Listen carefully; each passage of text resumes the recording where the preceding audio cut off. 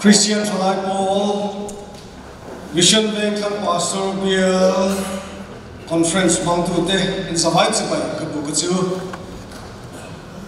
Atian ya kung sang ho du sakna kadong lein kasya e conference ahian avoy som ni na chin chiang sam duk maya san vo poi mo tak mai min pe a alo ka dia lo thu ka sei do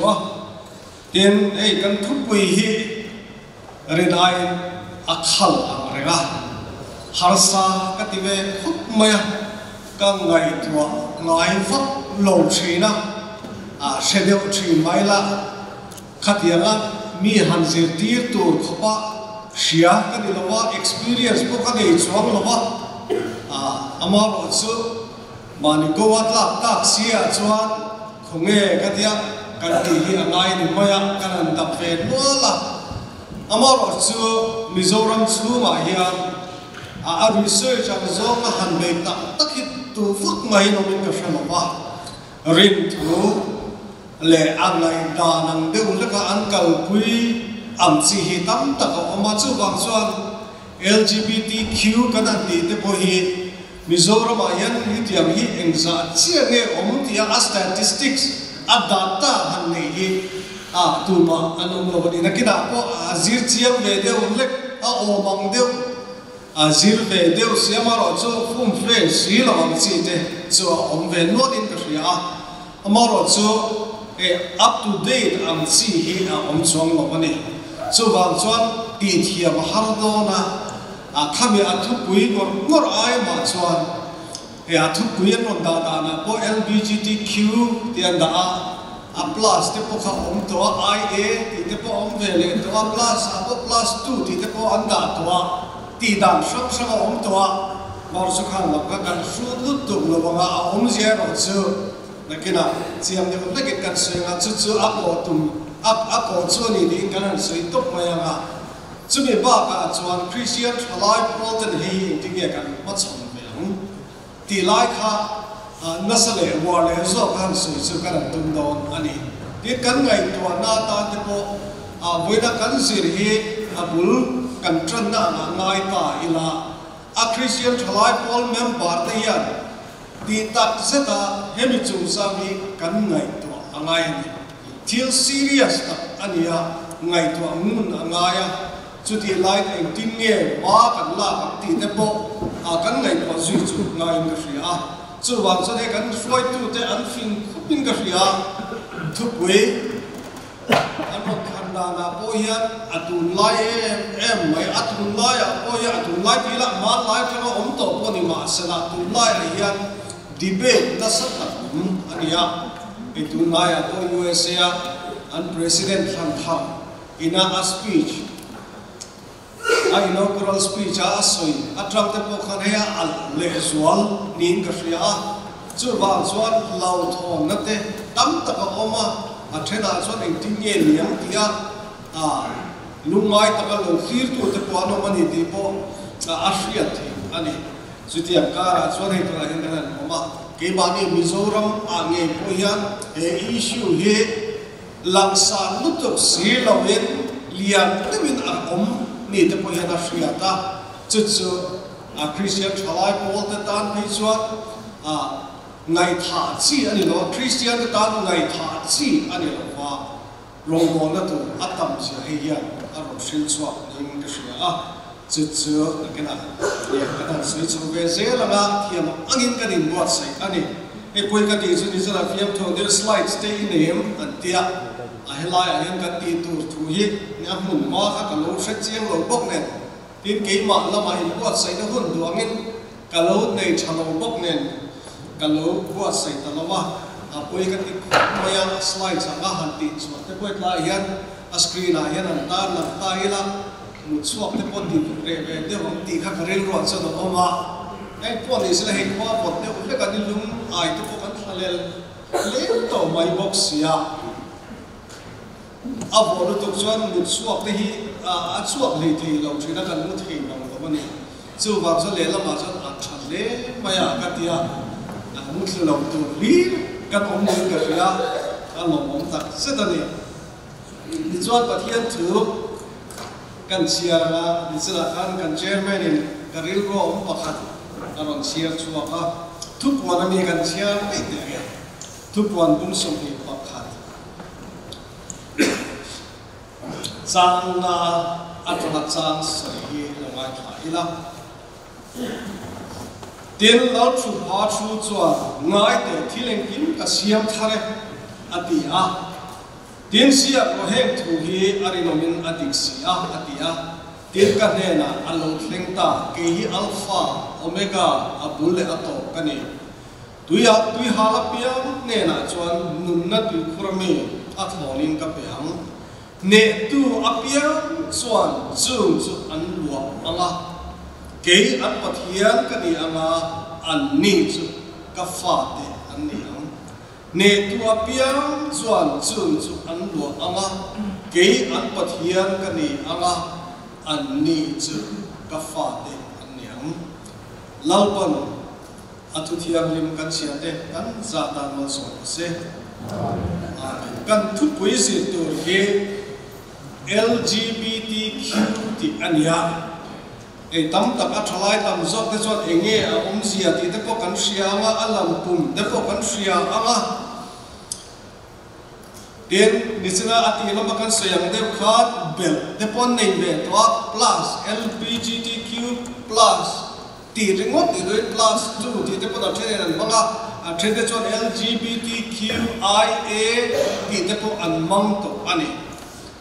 a chung de cho a vai vai ta soi lo a chen cho he kan hun hi kan soi do cho at tam ang ren khup maya chu bang chon a LGBTQ ti kan thu puina aron ken tak hi kan soi anga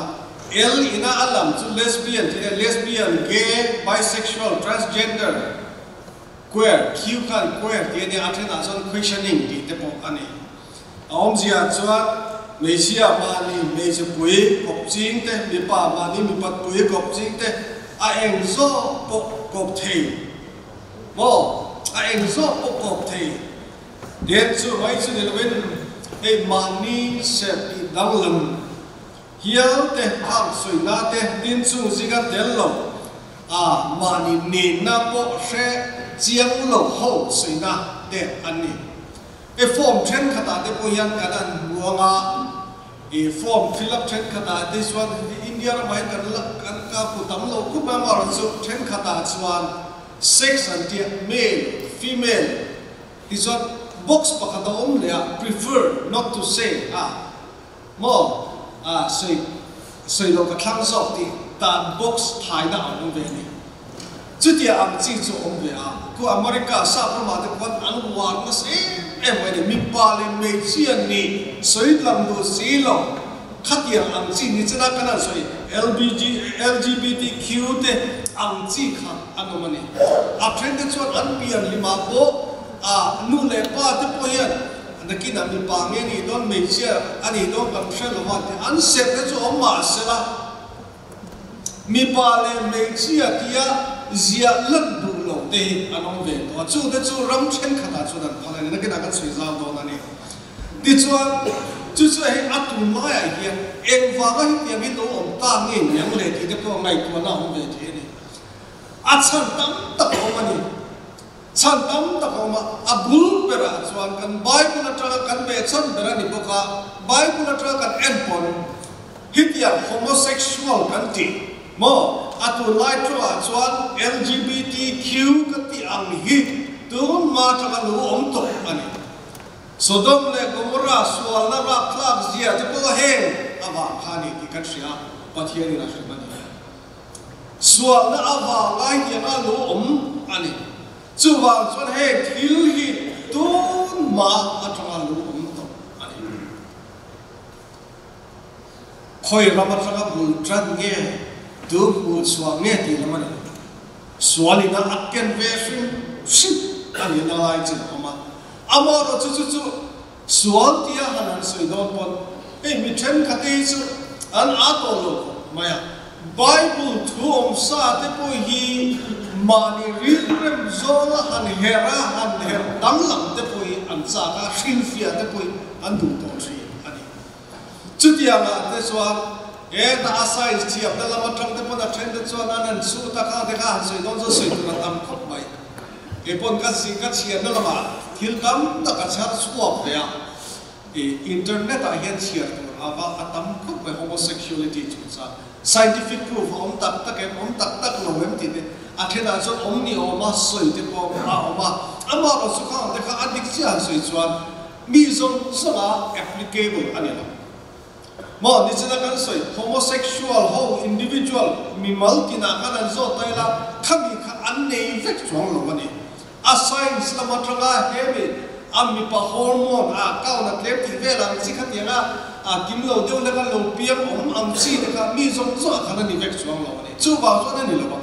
chu ba zo he te hi pian ti ra thanga ni lo ben zir chok te po le chang chok le form chok kan ti am chi te po atam em chứ cho atam sok ni nge chuan ka shia he tum no kan in sei na te po khovel mun sang in sei na te po kan an shia ra la bi tu na lai a pi internet khovel a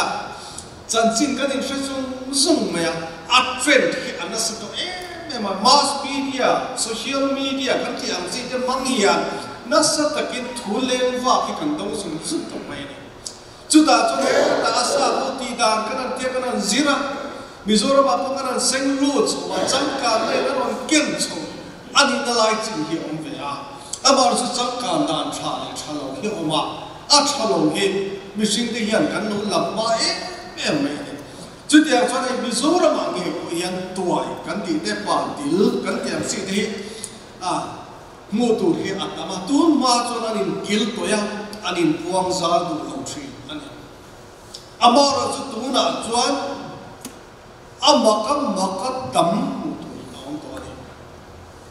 tuai kan ti te patil kan ti te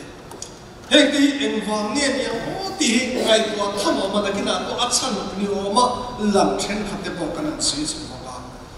ti nai Mizoram ai chuan mi pa in kop te po hi soi tur chu om ve thawa amaro so atam so me chia kha lo mani ami pa in ko pang chi chu soi tur hi an om ve thawan tam lo sa wai ro chu an tam mai ne mi pa in ko kan ti chi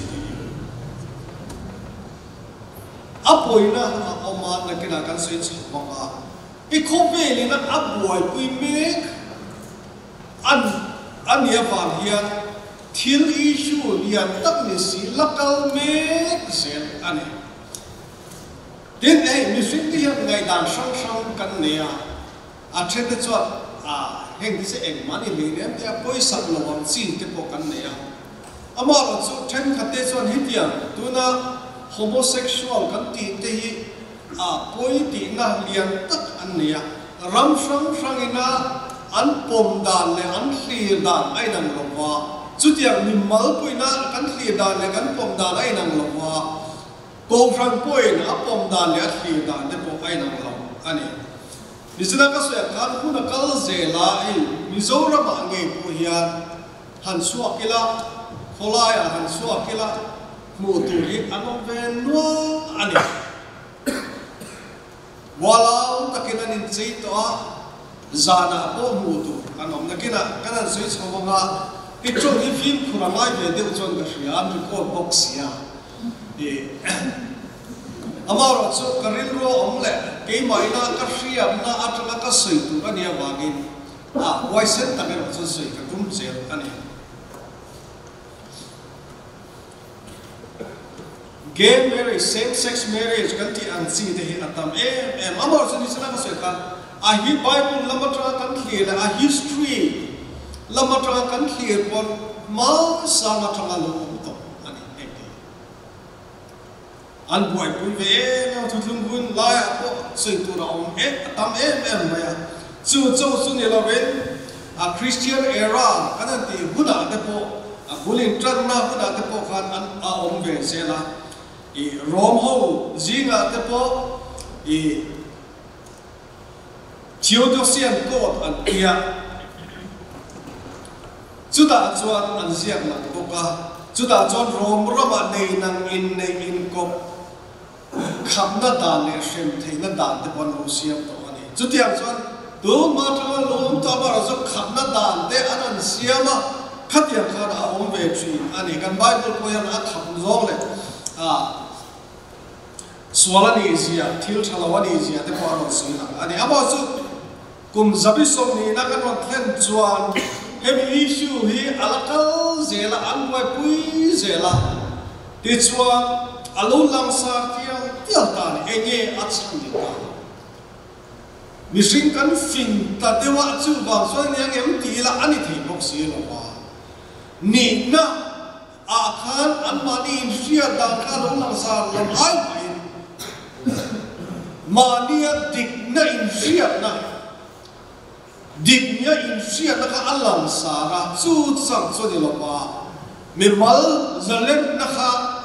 engan kum na sa to chu wang chuan he hi walau takin an lu chho ve zel ta ni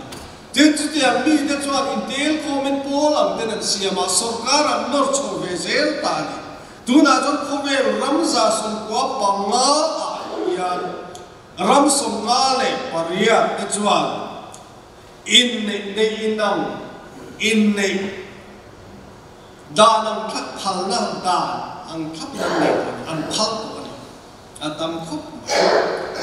zum te chu amar foi to pola chuan sang ni le pakhada Netherlands ya he atam khop boya han sui do chon asoi ki ka Spain ate Canada ate South Africa ate Norway Sweden Portugal Iceland Argentina, Letun, United Kingdom, Thailand, Taiwan, country, gay marriage, rights,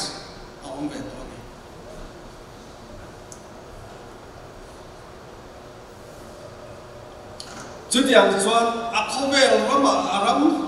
ahituna poyan, araminan pomdan, tepoy nang lawa, akhirnya tuan anmani. Kat yaga inne phangat so ape ani lopa anmani humzom te pon dan te pon siam to ni anmani wa musita ila anmani minot kingle thina ni chu chudiang chi a protection rights te pon an siam sakhial to thina ni lela ma khan thil ati har sakho maya khang chan sin te kana ria chuan ke ni hetlama pa thalai te be chuan information kan dong ma le swala nia khove le lawa mi khai la yan information kan dong ma la antia ka ki thei tura kan ngai ta a ni sina ka swe khan a trend kan kan la a mo atira pia ni ban nu de bo lo piang po ni chuang lo ma de kha chan thatak nei si in ai tin nu chopa ai tin nu chapa chu chu ni lela ma chuan kan buai na so mani le mani pakena min siam ang ni sil lawa om du sil lawa lumoi du sil lawa in siam dang lap ti kanon tran tlat mai chu chu ni a western trend kan tiang si de hetuna po hian ni thapa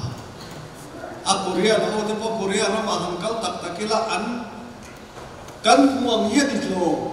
rala tanga kan sayang hian ni lo tian siam rinai mi pa ai hian no tam ve khop mai a maksak dia banga lar hian tam tan etuna po yan kan khobe la mizoram khobe la me po yan kan social media lian tak kan ne YouTube te na an thin ta lan du te en tai la amak sak zong te clear a hita tam ba thu tak chi dai ro chan hita tle me thu si mi khosa mak de moi lo ta khosa ho te adik se de kan zoi la ra celebrity status kan da chho ta chi ge de tu ka so lu je chan ba chu chu ni le la ma chu moi lo ta khosa pathian thu ne na in rem mang si lo te in rem ti kan tu ve le chuna moi dai tu tu rang kan chok chua le chuna chu chu kan sia tam mani ta ni chu chuan kan sia tam na chuan nai zam na chin kan lo nei chu ta chu chuan ni tu ma tua le pa til kan ti te anin kil toya langsa te ma anin pho chuak lo te po tu na te chuan ke ma ni zo hian gan lo ege ngai zama pa in an ron pom ege langsa ka sudamoti mai tu anin lar tam ta mai te ngai tua tham chu amani amizon nun phung nen ko Christian nun phung nen ko nakina kana te chonga eng lai ngen eng ti nge ma kan la ti nakina kan ngai to ho tu su ani ni chila kan so gen ram shang tan an pom pui so wa tu na America te po a pom pui ma sa pol chu ni ma se la an ni a po in nia la um so je la chang pom pui lo wa khatia karan pom pui chho ve le ta ti chuan manila ba kan shria US president Donald Trump ma khachuan chiang fact fucking aron soita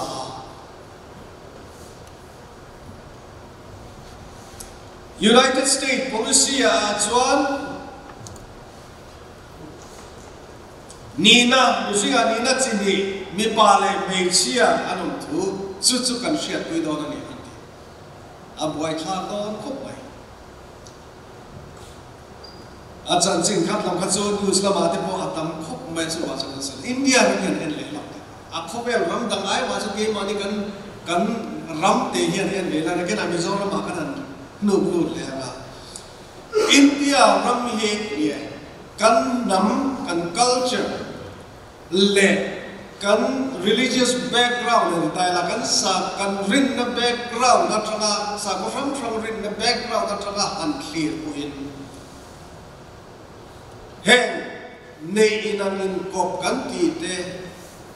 mong ko hur kan tiang si te moi chi alawa an dia en tro to ve miu si ai bula hitia ang ren regi pom theng chi ni lo na la ni adu lo zin lang sa po ta ni India ram hian se china amaro chu da nang thupon hitia in kop chi te chu dan chunga lung in tan tira frem na te po da na amani chu IPC section za thu som sari pasari na ania amaro chu kuna kal so zela khami India la te kha so ve zeta ichuan Supreme Court in September ni luk sang ni le so Korea na chuan antu than nambanga in ko pan ni chuan in ko aphal sa in nei ai mai in ko aphal sa ama ka chuan frem thei ti kha ne tu na chuan aphal sa Juju ke mani state ke poyan kan no zo ve deu ni hian a hria ta ani chuta chuan ye aram chunga mihring che ke po dole dulo an oma a sarkar ang zo la state ang zo de po pomle pomlo anom ta a ko ran ang zo de pon chu tiang son an om so ve ka ani tichuan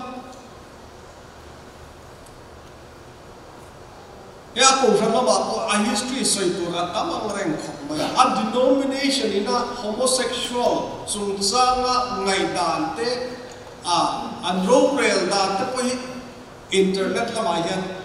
anu tamang reng khop baya I phe ke mo sa kum tam ta ka tanga an lo boy pui to ani zia te alam na sa em mai ne chu da chuan kan soi do chu ne Christian te hian he thila hian mi thai ka chan he ke chu kai to ai ne boy pui mai le ne ko ka ti mai the amma mo chu he hi ki ma ni na kan ngai lo chuan an du awala hitiana omte salta nei kan hriat ni chumia tanga chan suwa na kan hriat pui lo chuan an salta na kan hriat pui si lo chuan chan suwa mai na kan thon chu chu na ki na kan ate fung te ko kan an clear don ani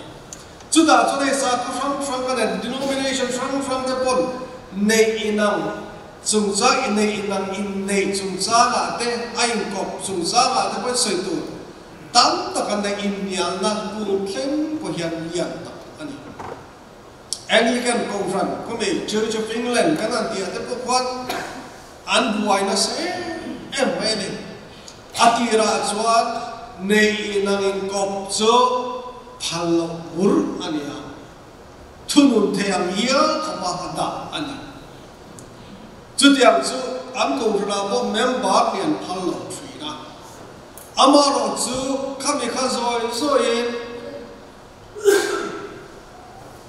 ano tidang am chapa an fiat pui ai ma in phal ti zo na sei tai la an phal lo pu kana member ji a kana nom ve ti zel box ya amar zo a in ne tak khan phal ma a oma te ka zo nom ve ni ma ya a in ne an ji gay marriage kan ti an ji te ka same sex marriage kan ti an ji te ka bia ki na kan in ne ka an phal ma chu ti lai an pa ni pui thiam tu ji nga te pa ti ra chuan khit takin chu tiang ni te chu mo nei inang in kop jing te chu pui thia ma te po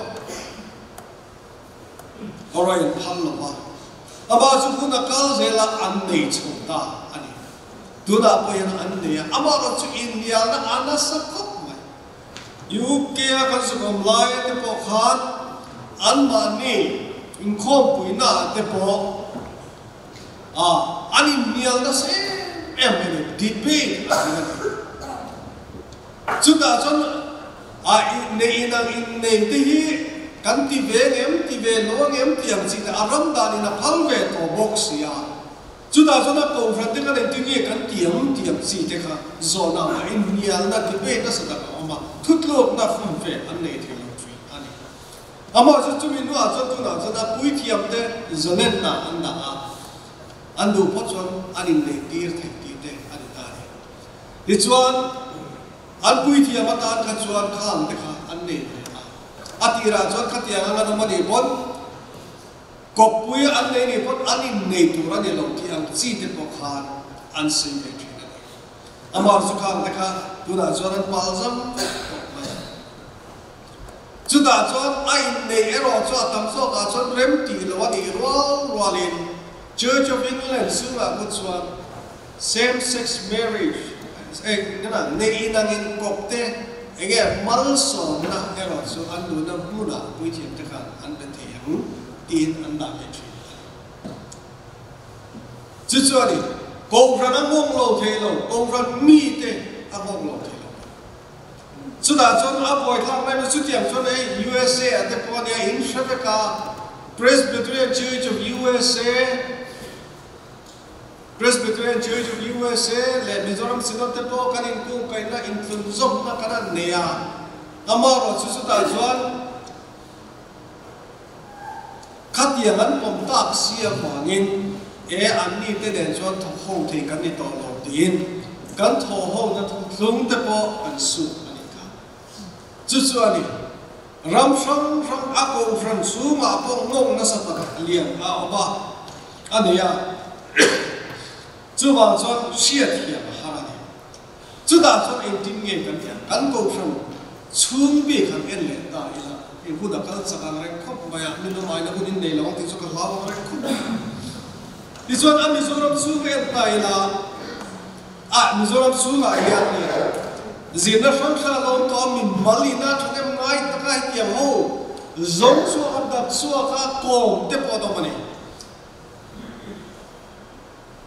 acha chu tu te ge anni ti de anin chena atham chu yan sia the ni se ma chu wa sa sia thi ma ran athen te chu india lo te ben anni na te a chu ti am de chu ka ni sia ya shom te tak te po no ma ai ko ni sa khat lama na ke na ka so chu so ja la Mizoram ayam MSec ho we na sang ni le so ni pan ni khan ka sia so la chuan survey nei me de win ka sia chu da chuan nei nangin kop kan dia po min ba in kop angkha ni pirin ka sia nei nangin kop ti tai la asa nia an sia an de ka chu zasari so lu le panga fen din ka sia an sin sia tam ve ang ren khop ti chuan sino social front point sang ni le pakwa chu arei to nia sang ni le pakwa khan mi pa me che ko nu pa nga kho se a chui zui chian na an ne ya ti chuan Mizoram puma Presbyterian Conference zakwa Budahian Presbyterian Conference ding za thi sa kan za sum pakwa nia chu ta chore zakwa kan questionnaire an thom ta mani wam suai rằng nghe ông tin thế khăn xuyên thì nó tụi mình chúng ta chọn cổ phần giá trong cái report alu ta chúng ta chọn nửa ba ngã khó sản về chân tuộc sống thúc lệ bản đi lệ mi pa in cái điểm chứ bạc tuộc anh nói gì chứ anh report ta sáng đi lệ bạc quá miền nhà chúng ta chọn khai kan walau takin anin kholam toa an tam tok nge ti chuan ani le ti nge nia kan bible hi nia kan sia takin kan thurin pakhan nai na min si langi thutlum lui le thutlum tharu pu te pathiam thu kania he chu hi rin na le thil ti te na dik lo thela ani chu wang chuan kan nun da nai adik le dik lo kan te phung bet tur chu kan Bible ni tin gen chuta tlar chon adikem kan nundani adikem ti kan te fu tu sonita chuta chon Bible chang tam ta ko ma an se do so tam ang renga Leviticus bum so pria chang som ni pa ni me chi agin mi pai bol tu ra ni lo thil te no mani mo cha bum som ni chang so pa tu ma chon min me chia một cúi alam mi pa một cúi cho thiên tên ông tập anti về anh à anti sen một số an số mà ông tu ra này một thứ tung thar là mà thế po soi tu ông mà đi rom bung khát trang sông đi parok sông đi pasari thế Korean thon khát bung rục trang quá trang sông mà thế Timothy này là thì có bố là lệ thon pakhat na bung khát trang quá trang sông pakhat thế ông mà đi chung soi tu ra tam này chú bà cho kami gặp tế phung bera kan mang anin don si chuan homosexual kan ti nei nang in kop ang chi reng hi chu swal tem chú ta chuan ani le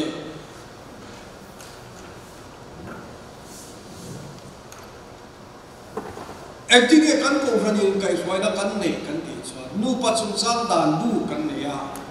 chu bung nga na h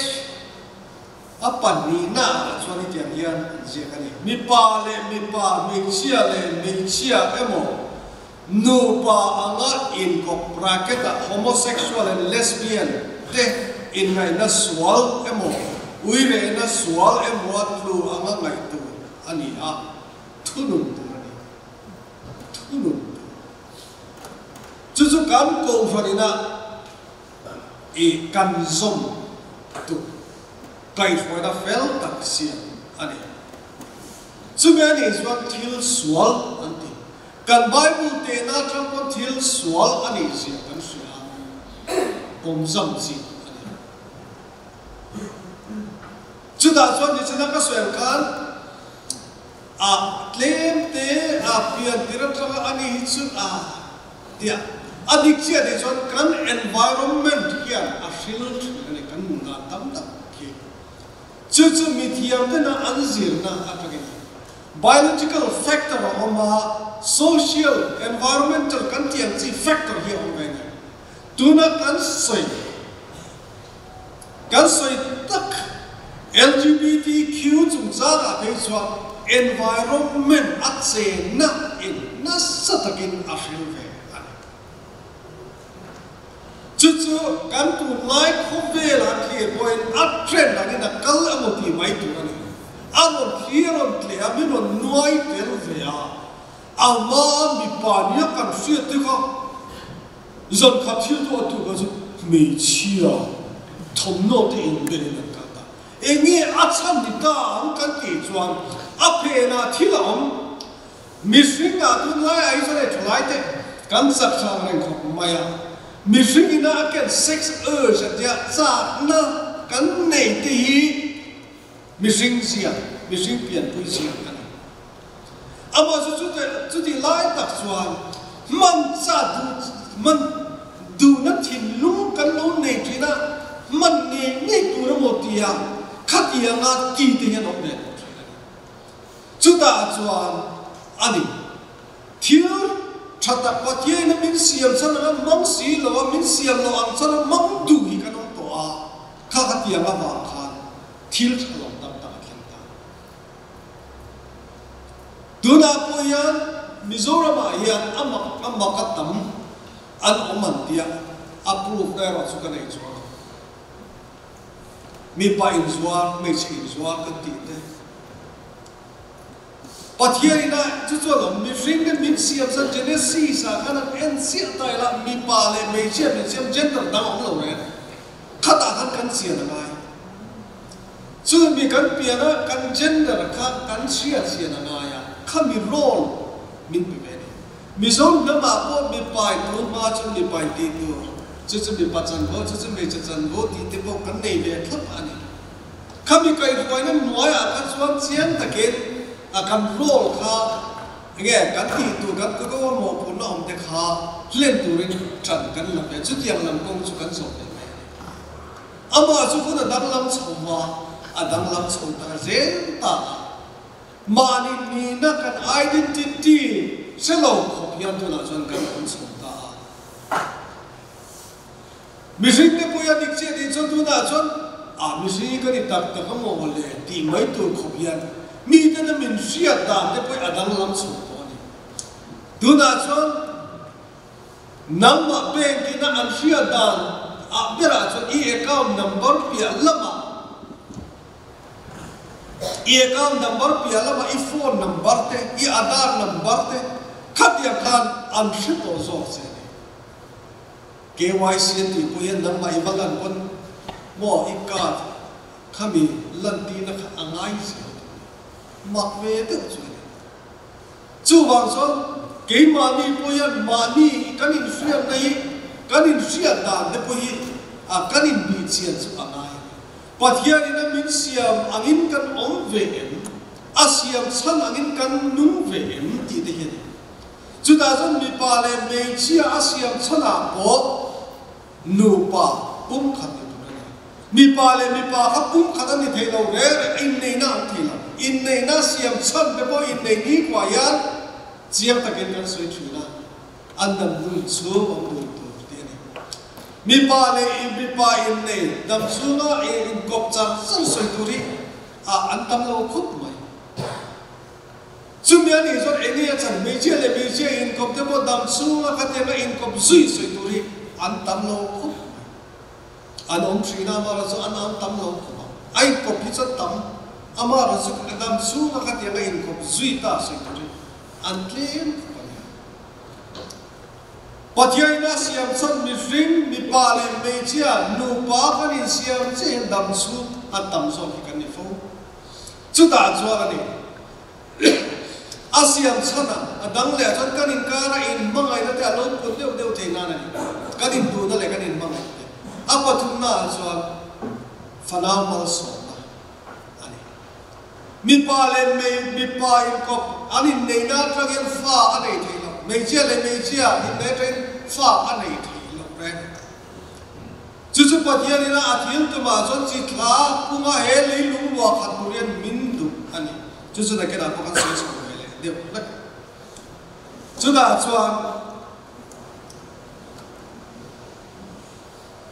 pathian thui nam min si ti ra kan nung chau do na ni si chuan eng tin nge kan dia a chen de pe chan a disa ka se chen ba ni na kal to si mi na noi tak ma ya kan su kwa kan u nau te si ga te mo anong ve ti ka chu de che de king tin nge kan he affection ni na pakhat na chon Mizoram a prachuk ko ni lo India rama te po kwan tuai ho ko nen de enge an tuai na chan de kan ti sex ani vai ro ma de kana tame maya rela de kana non suanga anon kala anon kheu je wa mo anon kheu je china ni in tong le tong lo zo lo ka tong ve to an nuam lo te chang pai je ro kum sui sek mai china miền Nam Giang sẽ cả cần bên đi kia đó nuôi hàng phi pha bốn hàng phi hàng voi đi voi tu hàng tu voi kia sao cũng tốt chứ Mizoram mà có chút gì thôi cần ông xin chân chút gì à mà số cái này mình xem sang cái này adik lâu sẽ cần chuyện cho ai kiam tak cần chuyện tin environment na kan zia su chia kan kum te zil hian kan nun hi alo shoi na sakop no pang zia kan om tam so no pang ril ru hi kan tua no pang ngai tua da ni kan ngai tua puitling ho zia kan ko sak tam sa kan ngai tua na ti pe lo puitling maya kan trong kam swa po hi an ngai tua la no pang puitling zinga xây liền hậu hiện en an trong kami adang lam lut tu kan a puitling takin hai trong kam man re chu ni kan environment hian akin ani me chu zinga lo ta tam tai lo kom tam kom tam tu tin lam kan om tam na chuan kan ril ru ngai tua na thleng khan me chu ril ru đôi nó ril ru te poi kan đôi ma pi kan chu tia san me chia ko mi pasina ko sak tak chuan a pai men to me mi pa thil ti am khati je la tu ve to maya ati thei ve je la a environment ka sil khan ve to chu kan hriat hiam chu ngai chu ta chuan di ka soi lu to le na lung le chuan pro pastor ka ni la hian kan pastor hian athu soina tu soi lo ma khop mai di hian wang sa khop maya chalai ho hian an swal ve maya mo ke ti bi ho kha a floi tu te khan athu soi guna kan khop mai ti kha a soi za ti kan lo chin chia khap mai ni se khát tiền về cái nào quên một chút xíu thì chúng ta lao vào răng anh đi khóc mấy về lẽ ta này chứ đi cho nên tin này cái gì hay suy tu cái society này thì tu này cái issue liền về tất human rights nó mình anh định nó chân vô lẽ cái mà đi cần khó về liền nó kiện it's my life thì cái này về bác sĩ mi ôi sạc lòng nó thì nung point tu là cho cái nung trần cái đồ này cái chế cái đồ này cái tuổi cái đồ này cái bản thì nó cái sự thôi ông lâu đi không về là cái gì này anh tin nghe cái gì sự đặc số này bom giam xí số này là ngày cuối mùa lâu xí này bốc xí là em niệm thì chỉ tôi này là bắt hiện này là ngày đấy anh đi về xí anh bây giờ xí đấy anh đi sự đặc số này tin nghe năng lực cái gì cái gì le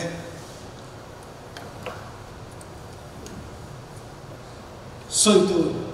atam kopin karena marzu engti takin ke effective ang tira sa ibon kasana asan so attended so wala takaron swap de no ba attended so into tat de no mani ai tu pate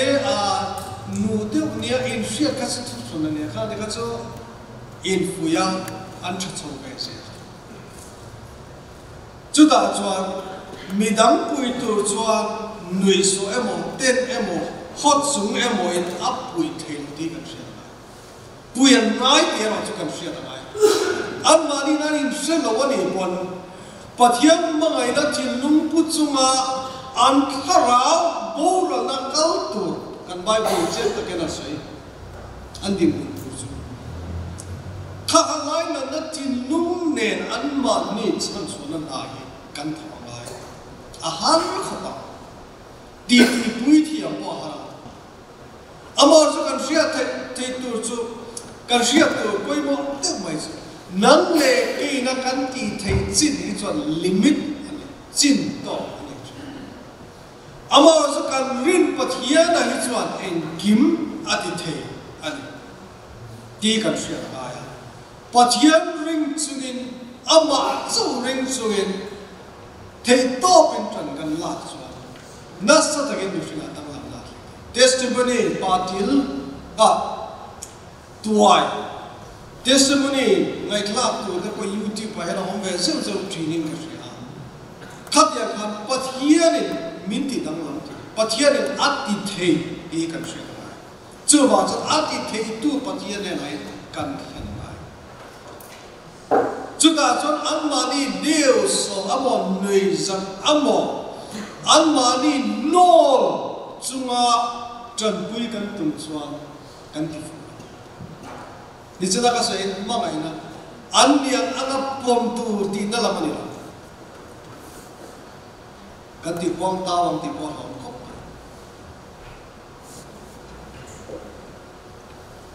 counseling to to tak ero chu kan pe mai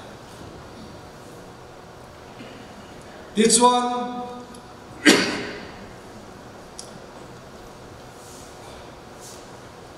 counseling thiam te na ko an mani ko an ei athen te pe chu zakngoi ngoi anom dan ka adip lo body ti ko ring tu pa bible tu pon ria pathian tu ne nai mil lo anom dan ka mil lo tian ria zakngoi ngoi te ko chu bang so an mani kan approach dana te an mani kan pa po dan kan sa tu kan se ve la zo zo ni ka an mani kan pa po dana te ya thiam taka kan ko ma ni chida ka soi to khan an mani ka deu so man nui zam em lam mo ngai taka an mani a that taka kan kong an mani kan nam cha zarani chuan kan ti fo to lo chu chu ra chu kan sia pathian in ati theni ti amani apo asia ti na amaro chu chu chu ni pakhana chu apoi per chu mizoram apo india ma apo sex for natalian bitam takhian hetia hiram sa ma koi tak suero chu nasa taka ke mani poina kan je ti pathian du dal anga mifring te ama du dal anga asia adu dan taka asia ama an puya sia adu angan nung turasia mifring ke kan ni zia he siang le sola kan ni zir ti ta apoi ko chuta chuan kan sung ko in real bol dana te po hian kan film kurangai christian sung kan fa te lo pianga tradition ha me se kan fa te po di thowa ke po ka di ve thim thowa ka te lai ka so ka farno thom na ha khan ha cha ve thak me ni se kan ha ve ka la pui ve lo mo khat yang te ka a om ve te cha sa om ve thi khat yang han cha mai na chi ama cha ka kan fu ye en kore su tu ma ni fa te nang sumi pai di ka o an ti zo sa te mi zo ta christian ta ka pa mo na mi pa adang lam ta ka siam kan ni da de kha an ma ni fiata kan shil thei lo ni pun kan kai fwai da ta kan sir ti le bai chu be ni lo chon na kina ti ya kui ni nan sa kha she is a man and then he is a woman and then atam tu chu ba sa ta hian ke ni hian tu la hian LGBTQ community hi Mizoram ma ko nam sa ba undignat chango human personal again human rights ang zonga ankal koi pe chuan khatian zong e sarkar te pon na en ti nge kan ngai tu amai chu kan be chon ber chu ni sina ka so kan bible ni a bible atanga kan te kan nun dara dikem di kan en angai ne koren thon ne bunga cha so ko sria chu hi top don hai toila Chumia wang chuan tu po Krista chuan thil siam tha alo nia thil lui te chu aral ta ngai te alo thar ta te izon izana tu puana kan siara po khan atom lam khan siar dal le ta chang ria ta izana kan siar ba khan kan siar dala cha sarin atra khan kan siar ne tu apiang chuan chung chu an lu anga ke an pathian ka ni anga an ni chu ka fa te an ni amaro chu mi doi te ring lo te te nom te twal that te in ngai ching te homosexual te doi thiam te millennia te do thei zong te chan tur chu meile ka ta ka dila chuan an oma chu thi bi na chu ani a chiam fe fokani othil tu ni thi thleng tu a om ve ta chu bang son ko he mi ko wa hian kan u nau te he LGBTQ boy ta ne chan chuak tu nang le ki pathian yan un ko ani chu da son kan thiam na le kan theina machwan lovin pathian ati theini ti pathian ring sugin ho e chan suan na in what say in kan son ani lau pada tu kan se kan za ta so se